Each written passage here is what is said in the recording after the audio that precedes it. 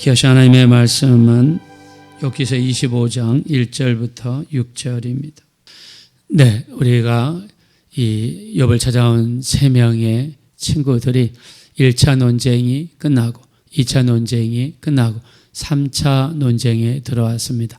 자, 3차 논쟁에서 엘리바스가 욥을 향해서 이제 직접적으로 대놓고 너는 죄인이다. 네 죄 때문에 네 자식이 죽었다라고 대놓고 욥을 공격했습니다. 자, 두 번째 공격한 사람이 빌닷이라는 사람입니다. 이 사람도 지금 세 번째 논쟁에 들어왔습니다. 자, 1절부터 5절까지 보면 하나님을 기가 막히게 아는 사람처럼 보입니다. 자, 그러면서 자, 이렇게 이야기하죠. 우리 한번 2절, 3절 보실까요? 다 같이 읽겠습니다. 시작. 하나님은 주권과 위엄을 가지셨고 높은 곳에서 화평을 베푸시느니라. 그의 군대를 어찌 계수할 수 있으랴. 그가 비추는 광명을 받지 않는 자가 누구냐. 아멘. 자, 2절과 3절은 기가 막힌 말씀입니다. 너무나 정확하고 너무나 올바르고 정확하게 하나님을 표현했죠. 하나님은 주권과 위엄을 가지셨습니다. 우리 하나님은 우리를 향한 주권, 우리의 주인 되시며 우리의 재산의 주인 되시며 우리 자녀의 주인이 되시는 줄로 믿습니다. 우리 하나님은 천국의 주인이시고 지옥의 주인이시고 그래서 심판을 하셔서 믿는 자는 천국으로 믿지 않는 자는 지옥으로 보내시는 위엄이 있는 분입니다. 그래서 주님께서 내가 너희에게 마땅히 두려워할 자를 보이리니 너희를 죽인 후에 곧 지옥에 던져 넣는 권세 있는 그를 두려워하라 라고 마태복음 10장 28절 29절에 이야기했어요. 여러분, 하나님은 사랑의 하나님이 맞습니다. 근데 사람들은 이렇게 이야기합니다. 아니, 사랑의 하나님이 지옥을 보내냐고. 그거는 사랑의 하나님이 아니라 공의의 하나님이 되시죠. 자, 우리나라가 잘 삽니다. 요즘에 혜택도 많이 주죠. 대단하더라고요. 저희 여자 집사님 중에 아기를 낳는데요. 저쪽에 그 강서구에 삽니다. 근데 아기가 1년 동안 한 달에 100만 원을 준대요. 그래서 내가 놀래가지고 캐나다에서도 100만 원 안 주거든요. 저희 주원이가 태어났을 때 캐나다에서 18살이 될 때까지 한 달에 40불씩인가 줬습니다. 그때도 놀랐어요. 한 달에. 그래서 저희는 그거를 아기의 분유값이라고 이야기했어요. 근데 강서구에서는 아기가 태어나면 한 달에 1년 될 때까지 100만 원씩 주고 그 다음 2년째는 60만 원인가 뭐 이렇게 주더라고요. 그래서 너무 놀래가지고 왜 이렇게 많이 주냐 그랬더니 저희는 아무것도 아니에요. 강남에 가면 강남에 한 달에 200만 원인가 200만 원씩인가를 준대요. 그 다음 이 두 번째 해에는 100만 원씩인가를 준대요. 요즘에 아기를 낳지 않다 보니까 정부에서 돈을 많이 주더라고요. 우리나라 의료 혜택 물론 병원에 가면 돈을 좀 내죠. 캐나다는 의료 혜택이 완전히 공짜입니다. 제가 신방을 갔는데 어떤 집사님이 하루에 그 병시 그 쓰는 비용이 하루에 1,500만 원이 나간대요. 캐나다에서 1,500만 원. 무슨 뭐 기계가 여러 기계가 있는데 그것도 감염이 될까 봐 제가 볼 때 한 10평 정도 되는 것 같아요. 병실이 크더라고요. 근데 그걸 혼자 다 쓰는데 1,500만 원이 나가요. 근데 거기에 쓰는 약값도 엄청나게 비싸대요. 근데 그 모든 돈이 다 공짜예요. 캐나다는 공짜입니다.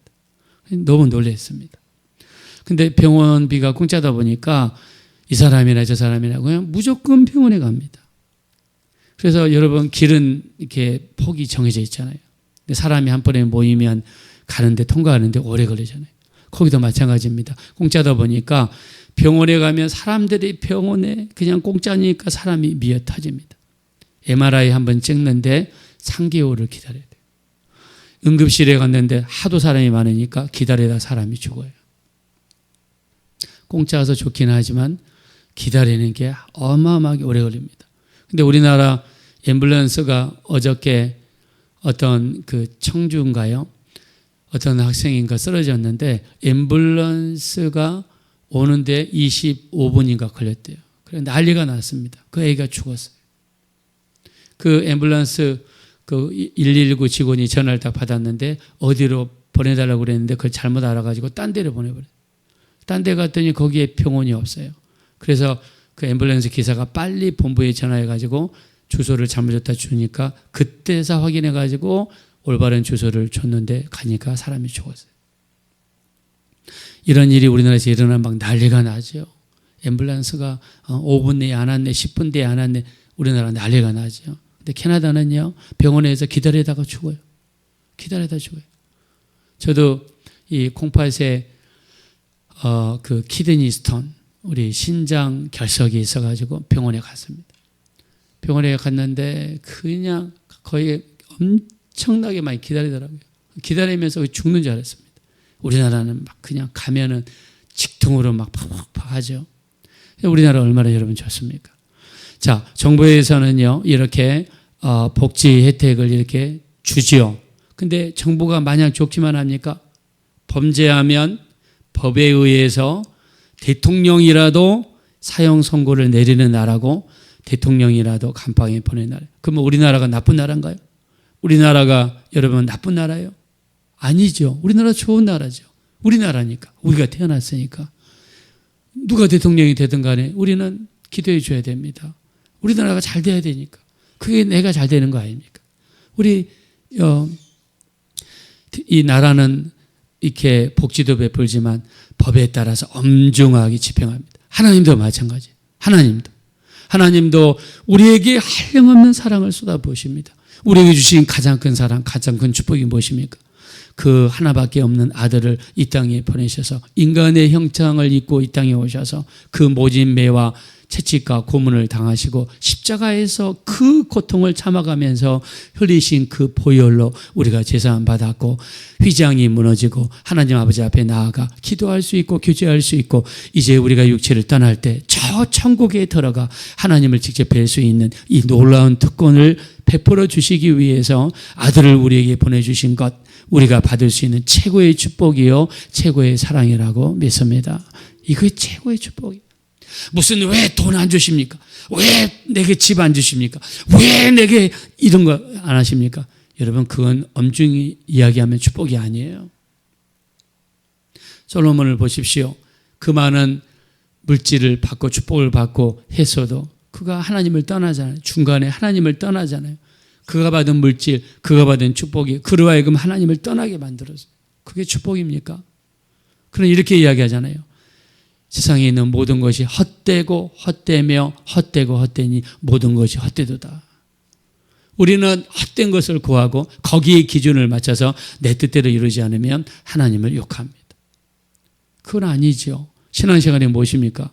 하나님을 나한테 맞추는 게 신앙생활입니까? 아니죠. 나를 하나님께 맞추고 천국 시민으로 나를 변화시켜가고 주님의 형상을 이루고 주님의 모습이 우리에게 나타나게 만드는 것이 진정한 신앙생활이 되어야 될 줄로 믿습니다. 진정으로 돼야 돼요. 하나님을 빌닷은요 이렇게 표현합니다. 하나님은 우리의 주권자이시며 우리의 위엄을 가지셨다. 하나님은 심판하신 하나님, 사랑하신 하나님, 그분의 공의에 의해서 믿지 않는 사람은 지옥 가는 거예요. 그건 어쩔 수 없습니다. 뭐 사랑의 하나님이 아니라 사랑의 하나님이 아니라 공의의 하나님이세요. 하나님은 공의에 의해서 그분의 말씀에 의해서 집행하시고 이끌어 가시는 공의의 하나님이세요. 그래서 우리는 거기에 맞춰야죠. 내 생각 가지고 하나님은 왜 우리를 지옥 보내느냐. 여러분 이 세상에 법이 왜 있어요? 약자를 보호하기 위해서 법이 있는 겁니다.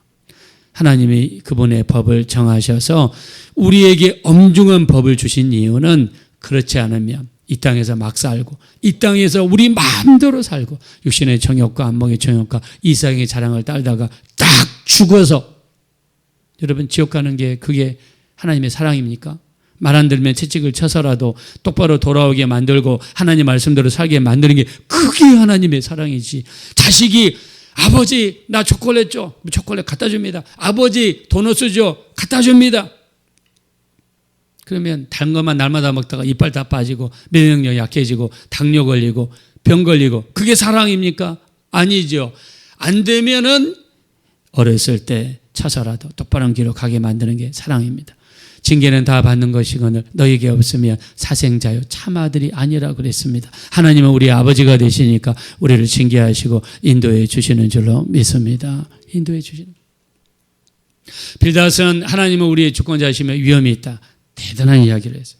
그리고 화평을 베푸시는 분이다. 하나님은 우리에게 먼저 손을 내미셨죠. 하나님은 사랑이신지라 그 아들을 우리 죄를 속하기 위해서 십자가에 내주셨어요. 우리 하나님께서 우리와 화평하시기 위해서 내보내셨어요. 아담과 하와로 말미암아 하나님과 우리 사이에 큰 간격이 생겼습니다. 하나님께로 갈 수 없고 하나님 우리에게 올 수 없고 우리의 죄가 휘장이 되어서 어느 누구도 지성소에 들어가지 못하는 그런 일이 구약에 있었습니다. 이 일을 타개하기 위해서 그 아들을 보내셔서 하나님이 먼저 휘장을 스스로 허무시고 손을 우리에게 내미셔서 우리에게 화해를 청하셨습니다. 예수의 복음을 받은 우리들 어떻게 해야 될까요? 화해의 제스처를 주변에 있는 사람들에게 취해야 돼요. 취해야 됩니다. 그래서 그들의 손을 붙잡고 갑시다. 아버지께로 갑시다. 하나님께로 갑시다. 그분이 우리에게 아들을 통해서 구원을 베풀어 주셨습니다. 화해의 손을 내밀어야 될 줄로 믿습니다. 자, 빌닷이라는 사람은 하나님을 너무나 잘 알아요. 잘하는 사람입니다. 우리 교회도 이렇게 우리가 교회 가면 말씀을 기가 막히게 하는 사람들이 말씀을 합니다. 근데 우리 입술이 작고가 채워지지 아니하고 입에서 나온 대로 말을 한다면 무서운 결과가 나오겠죠. 자, 빌닷은 욥을 향해서 이렇게 이야기합니다. 6절입니다. 다 같이 읽겠습니다. 시작. 하물며 구더기 같은 사람, 벌레 같은 인생이랴. 네. 욥을 향해서 빌닷은 너는 구더기 같은 사람이다. 너는 벌레 같은 사람이다. 여러분 교회 왔는데 누가 여러분한테 이 벌레 같은 사람아, 이 구더기 같은 인생아, 여러분 기분 좋습니까? 아마 그 교회 절대 안 갈 겁니다. 구더기 같은 사람아, 벌레 같은 인생. 머릿속에는 하나님에 대한 지식으로 가득 차고 교회는 너무나 오랫동안 다녔고 체험한 것이 많고 본 것이 있고 들은 것이 있고 신앙생활에 연륜이 있는데 그 입에서 나오는 말씀은 사람을 죽이는 말씀이에요. 뭐라고 표현했습니까? 구더기 같은 사람이다. 성경에서 구더기는 예수님께서 지옥을 이야기할 때 쓰셨습니다. 마가복음 9장 우리 49절에 거기는 구더기도 죽지 않고 벌레도 죽지 아니하느니라. 사람마다 불러서 소금치담을 당한다. 하나님께서 지옥에 있는 존재를 구더기라고 표현했어요. 벌레는 언제 나타납니까? 사도행전 12장 23절 헤롯이 하나님께 영광을 돌리지 아니하는 거로 주의 사자가 친히 벌레에게 먹혀 죽으니라. 벌레에서 먹혀 죽였어요. 안 좋은 겁니다. 하나님께서 야곱을 이야기할 때 지렁이 같은 야곱아 그랬어요. 지렁이 같은 야곱. 하나님이 야곱을 피한 게 아닙니다. 약한 자를 하나님께서 비유로 쓰시기 위해서 지렁이 같은 야곱아. 이사야서 41장 14절에. 근데 개역 개정으로 성경이 번역이 되면서 버러지 같은 야곱아 이렇게 바뀌었어요. 근데 성경을 찾아보니까 새 번역에도 지렁이 같은 야곱아. 우리말 성경에도 지렁이 같은 야곱아. 그 다음에 새 번역에도 지렁이 같은 야곱아. 쉬운 성경에도 지렁이 같은 야곱아. 근데 왜 개역 개정만 버러지 같은 야곱아 이렇게 표현했는지 모르겠어요. 영어를 찾아보면 worm입니다. worm은 제가 캐나다에 살아보니까 지렁이를 얘기할 때 worm이라고 그러더라고요. 벌레는 뭐냐? insect. 벌레는 insect로 표현합니다. 근데 영어로는 worm입니다. 자, 하나님이 지렁이 같은 야곱을 표현하신 이유는 바벨론 포로로 끌려가서 좌절과 낙담 가운데 있어서 하나님 왜 우리를 버리셨나이까 낙담하는 이스라엘 백성들 향해서 하나님 이렇게 이야기하시죠. 지렁이 같은 야곱아, 너 이스라엘 사람들아 두려워하지 말라. 내가 너희를 도울 것이라. 내가 너를 이를 날카로운 타작기처럼 사물이니 산들을 쳐서 부스러기를 만들 것이며 작은 산들을 쳐서 겨같이 만들 것이라. 여러분 지렁이는 이가 없어요. 근데 하나님이 지렁이 같은 연약한 이스라엘 사람들을 이가 날카로운 타작기로 삼답니다. 할렐루야. 산을 부셔버리고 작은 산들을 부셔버려서 부스러기를 만들고 겨같이 만들 강한 사람으로 만들어 주시겠다는 거예요. 우리 인생은 연약하지만 하나님의 손에 붙잡히면 산을 부실 수 있는, 작은 산을 넘어뜨리는 놀라운 능력의 사람으로 바뀌게 될 줄로 믿습니다. 하나님 손에 붙잡히면 돼요. 하나님의 손에 붙잡히면 우리 능력이 된 인생이 됩니다. 근데 오늘 성경에서 이 지렁이 같은 욥아, 이 구더기 같은 욥아, 이 벌레 같은 욥아 막말을 했습니다. 우리 주님 뭐라고 했습니까? 마태복음 18장 6절 7절에 여기 있는 지극히 작은 자 중에 하나를 실족하게 하지 말라. 실족하게 하는 그 사람은 차라리 연자의 뜰을 목에 메고 바다에 빠뜨리는 것이 나으니라. 실족하는 일이 있음으로 말미암아 세상에 화가 있도다. 실족하는 그 사람에게는 실족한 일이 없을 수는 없으나 실족하는 그 사람에게는 화가 있으리로다. 주님이 분명히 이야기했어요. 여러분, 사람 앞에 대놓고 내가 교회를 오래 다녔고 내가 성경에 대한 지식을 많이 알고 있다고 그래서 사람을 함부로 이야기하고 이 구더기 같은 사람아, 벌레 같은 인생아, 특히 중지자일수록 내 입에서 나오는 말이 작은 영혼에게 얼마나 큰 이 화를 가져올 수 있다는 거. 실족하게는 그 사람에게 화가 있다는 거. 그러면 주님이 이렇게 말씀하시죠. 마태복음 18장 10절 이 즉이 작은 자 중 하나를 멸시하지 말라. 그들의 천사들이 하늘에서 하늘에 계신 내 아버지의 얼굴을 항상 배움느니라. 여러분 아십니까? 바로 여러분 옆에 천사가 있어요. 그 천사가 날마다 하늘에 계신 아버지 얼굴을 뵌다는 거예요. 제가 날마다 지옥은 있습니다. 정말 지옥은 있습니다. 책을 번역했는데 그 책이 한국에서 한때 베스트셀러가 됐어요. 근데 그 책에 보니까 천사가 앞에도 있고 중간에도 있고 뒤에도 있다. 예배 중에. 천사들이 사람들의 예배하는 장면을 기록을 한대요. 그 책에 보면 그렇게 나와 있어요. 그 책에 의하면 성경에는 없습니다. 여러분, 우리 입에서 나오는 말이 사람을 실족해 하면 그 사람은 차라리 연자의 뜰을 목에 메고 바다에 빠뜨리는 게 낫다. 무서운 이야기죠. 우리 성경을 좀 한다고 그래서 신앙생활을 오래 했다고 그래서 빌닷은 그런 사람입니다. 근데 그의 입은 거칠었습니다. 구더기 같은 사람, 벌레 같은 인생. 혹시 내 말이 오늘도 내가 교회를 오래 다니고 내가 신앙생활을 많이 했다고 그래서 혹시 내 입에서 나오는 말이 다른 사람을 지칭할 때 구더기 같은 사람, 벌레 같은 인생이라고 말하고 있지는 않은지 한번 살펴보셔서 우리 인생을 돌아보시고 우리는 주님 앞에 선다는 거, 주님 앞에 무서운 심판이 기다리고 있다는 거 분명히 주님 말씀했습니다. 실족하게 하는 그 사람에게는 화가 있다 그랬습니다. 다시 한번 우리 입술을 돌아보셔서 혹시 빌닷과 같은 그런 잘못을 하고 있지 않은지 돌아보셔서 더 온전한 모습으로 변화되는 우리가 되어지시기를 예수 이름으로 축원합니다. 이 시간 기도하실 때 우리 입술에 재갈을 채워 주시옵소서. 우리 입술이 우리가 오랫동안 신앙생활을 하여서 함부로 우리 입으로 다른 영혼을 판단하거나 정죄하거나 혹시 실족해 하는 일이 없게 도와주시고 이 빌닷과 같은 사람 하나님에 대해서는 너무나 잘 알고 있습니다. 그렇다고 그래서 함부로 말할 수 있는 자격을 받은 것은 아닙니다. 그러나 욥을 향해서 구더기 같은 사람 이 벌레 같은 인생이라고 욕을 했습니다. 우리 입에서 함부로 이야기하고 있지는 않는지 우리 입을 조절할 수 있도록 우리 주님 앞에 설 그때를 생각하면서 입술이 조절될 수 있도록 도와주시옵소서. 합심으로 간절히 기도하겠습니다. 걸어시고 잡으려시 하나님 진심으로 감사합니다. 우리는 부족합니다. 우리는 때로는 우리 입에서 험한 말을 하고 판단하고 정죄하며 다른 사람들을 욕하기도 하고 뒤에서 판단하기도 합니다. 이런 모습을 이 시간 진심으로 회개합니다. 온전하지 못한 우리의 모습을 돌아봅니다. 하나님에 대해서 많이 안다고 한 빌닷과 같이 빌닷은 하나님을 너무 많이 알고 있는 것 같습니다. 하나님은 우리의 주권을 가지신 분이고 위엄이 있으신 분이고 합평케 하시는 분이라는 것을 알고 있습니다. 그러나 다른 사람을 함부로 판단하고 함부로 정죄하고 판단하며 함부로 말해도 된다는 자격을 받다는 것은 아니라고 생각합니다. 우리 입에서 나오는 말이 상대방을 힘들게 할 수 있고 칼과 같이 보이지 않는 칼이 되어서 상대방을 찌를 수도 있다는 것을 알게 도와주시옵소서. 우리 주님 말씀하십니다. 여기는 지극히 작은 자도 하나를 멸시하지 말라. 그들의 천사들이 하늘에서 내 아버지의 얼굴을 항상 비움나고 말씀하셨습니다. 우리 주님, 우리 정말 입술이 붙잡히게 도와주시고 함부로 말하지 않는 우리가 되게 도와주시고